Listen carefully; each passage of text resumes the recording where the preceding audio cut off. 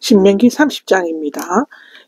27장에서 30장까지 계속되는 세 번째 고별 설교와 더 나아간 신명기 전체의 마지막 결론 부분이라고 할 수 있는데, 앞장에서는 여호와의 말씀을 불순종함으로써 언약의 파기로 인한 저주를 엄히 경고한 모세는 여기에서는 저주를 징벌을 받게 된 이스라엘 백성이 회개하여 하나님께로 돌아오게 되면 반드시 회복될 것이라는 위로와 소망의 확신을 심어주고 있습니다. 오늘날 우리가 죄에서 떠난 하나님께로 나아갈 수 있는 유일한 길은 자신의 죄를 회개하고 십자가에 달리신 예수 그리스도를 믿는 것밖에 없습니다. 회개에 뒤따르는 회복의 축복이 1절에서 10절까지 기록되어 있는데, 모세는 여호와 그 명령에 순종할 것을 권면하고 나서는 그 동기를 유발시키기 위해 그들에게 복과 저주에 대해서 언급합니다. 그러나 그 저주 가운데서도 그들이 다시 회개하여 돌아오게 될 것을 예견하면서 하나님의 축복을 제시하고 있죠. 1절에서 5절의 얘기는 약속의 땅의 회복입니다. 이스라엘은 여전히 이방인의 지배하에 놓여 있는 것이므로 저주의 결과를 되돌리기에 충분치 못할 것이므로 하나님께서 그들의 회개의 응답으로 하나님께서 친히 개입하실 것입니다. 첫째로는 하나님께서 언약을 기억하여 긍휼을 베푸실 것이고, 둘째로는 조상들이 차지했던 그 땅으로 들어가 조상들보다 더 잘되고 번성하게 될 것이라는 것이죠. 새 마음과 큰 변형이 나옵니다. 6절에서 10절의 기록인데요. 그들은 약속의 땅에 새 마음을 지니고 돌아온 후 여호와께 계속 순종할 것입니다. 그 결과 풍성한 축복을 경험할 것이고, 적군들과 핍박자에게 저주를 내릴 것이고, 자녀들과 재물들과 건강의 축복을 베풀어 주실 것이다입니다.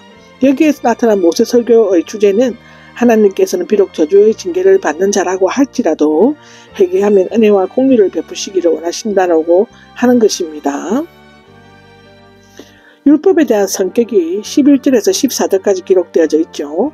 율법은 하나님의 비밀 속에 간직되어 있는 것이 아니라 이미 인간에게 분명히 계시되었으므로 인간이 미칠 수 없는 만큼 높은 곳에 있거나 이해할 수 없을 만큼 깊은 곳에 있지 않다는 것입니다. 인간에게 계시되어 인간 곁에 있다는 것입니다. 따라서 하나님의 율법을 이해하기 어렵거나 지키기 힘든 것이 아니며 하늘처럼 높거나 바다처럼 멀리 있지 않으며 매우 가까이 있는 입과 마음에 있다는 것입니다. 즉 율법을 늘 외우고 가르치기 때문에 입에 있고 늘 묵상하기 때문에 마음에 있는 것이죠. 이 구절은 혹시라도 불순종한 뒤에 있을 수 있는 변명의 여지를 없애려고 하는 것입니다. 생명과 죽음의 길이 나옵니다. 29장에서부터 선포된 소위 모압 평지 언약을 마무리 지을 뿐만 아니라 본서 전체를 결정짓고 있으며 다시 한번 하나님의 말씀에 순종할 것을 권면하고 있는 것이죠. 생명과 행복, 죽음과 불행의 원리가 여기 15절에서 18절에 기록되어 있는데, 모세는 이스라엘 앞에 예비된 두 개의 길, 즉 생명과 행복의 길, 죽음과 불행의 길 가운데 어느 길을 택하든지 지혜로운 삶인가를 묻고 있는 것입니다. 여호와를 사랑하고 그의 율법을 지키고 생명을 얻고 복을 받지만 여호와를 버리고 우상을 숭배하면 죽음과 불행을 당하게 된다는 것이죠.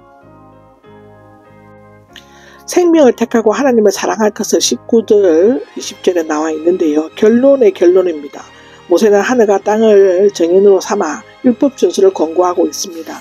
즉 불순종으로 말미암은 저주와 죽음의 길을 버리고 순종으로 말미암은 축복과 생명의 길을 택하라는 것인데, 인간이 하나님과 세상을 겸하여 섬길 수 없듯이 구원의 생명 아니면 저주의 죽음만이 있을 뿐이라는 것입니다.